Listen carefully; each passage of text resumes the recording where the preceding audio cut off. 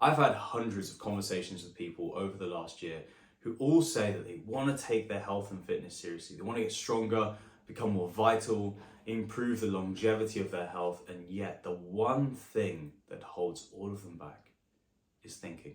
You see, when we say, I need to think about it, what we're actually doing is we're increasing the time between us taking action. We're delaying taking action, because ultimately what this roots back to is the pain of change is still harder to swallow than the pain of staying the same. You see, Tony Robbins talked about this beautifully in his book, Awaken the Giant Within. If the pain of staying the same does not outweigh the pain of change, you'll never change, right? And ultimately, that's what it comes down to. Maybe it's not as important as you thought.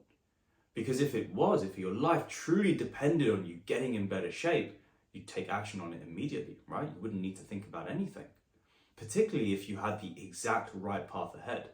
Let's say you're someone who really doesn't know what they're doing, and all of a sudden you now have all of the knowledge in the world. You're not going to just sit on it, right? You're going to take action.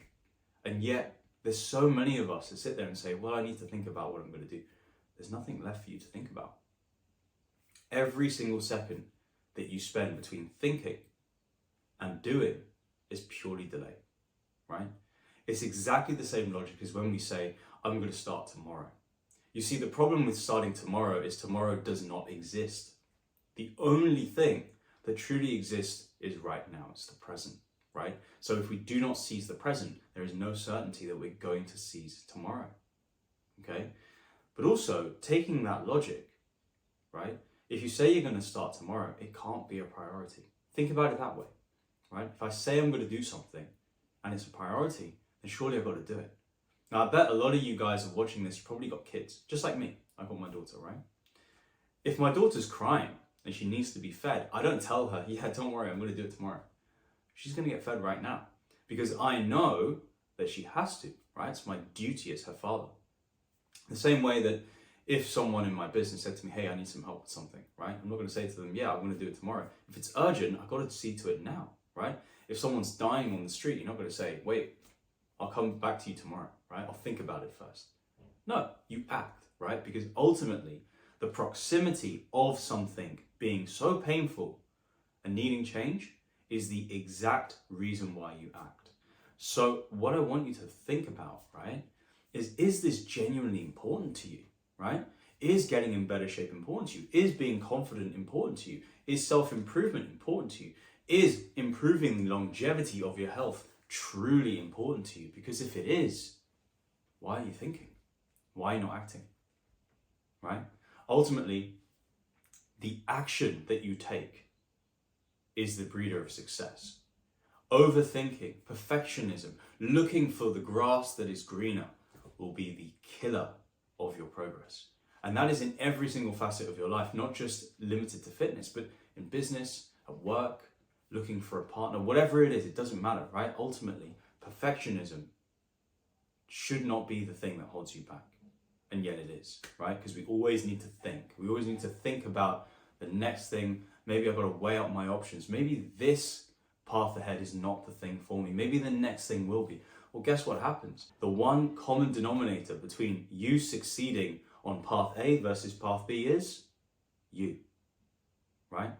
Ultimately, it doesn't matter what path you go on, right?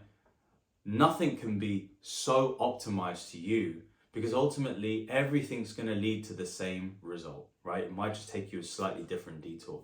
Path A might take you straight through the woods, no questions asked, right? But then all of a sudden you hit a road bump. There's a tree that's fallen down in front of the path. You've got to then detour around it. Path B might be a little bit harder. You might have to go around the woods, right? You might have to do all of this.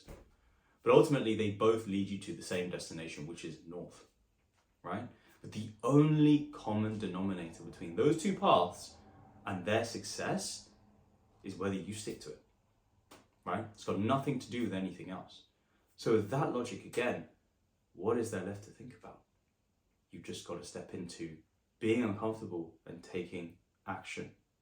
That's it, right? So, like I said, the pain of staying the same truly has to outweigh the pain of change. Because let's be real for a second. For you to genuinely get into shape, it's going to be uncomfortable, right? I'm never going to tell you otherwise. You're always going to get 100% honesty from me and Sam. Being in shape is uncomfortable. Eating less is uncomfortable. Eating better quality food can be uncomfortable. Getting into your workouts is uncomfortable, right? Improving your mentality is uncomfortable. All of this is uncomfortable. If it was comfortable, everyone would do it. And making the decision to change is uncomfortable.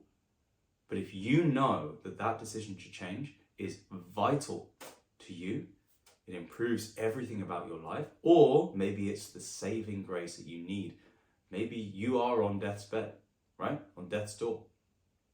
Maybe that's the case. I don't know, right? Maybe getting in better shape is genuinely going to save your life. Then if that's the case, the pain of being uncomfortable and making a change cannot be that big, right? So what you need to do is take that leap. Take that leap and actually ask yourself, am I genuinely ready for change? Do I genuinely want it? Or am I just flirting with the idea, right? Maybe I say I want to get in shape, but really it's not that important to me. In which case, that's totally fine, right? At the end of the day, there's no right answer. The only answer that matters is yours. So take this, think deeply on exactly whether you want to do this, right? Do you genuinely want to get in shape? Do you genuinely want to feel more confident? Do you genuinely want to be the best version of yourself? If the answer is yes, then clearly the pain of staying the same is way, way worse than the pain of change. And then there's nothing left to think about. You just got to go all in.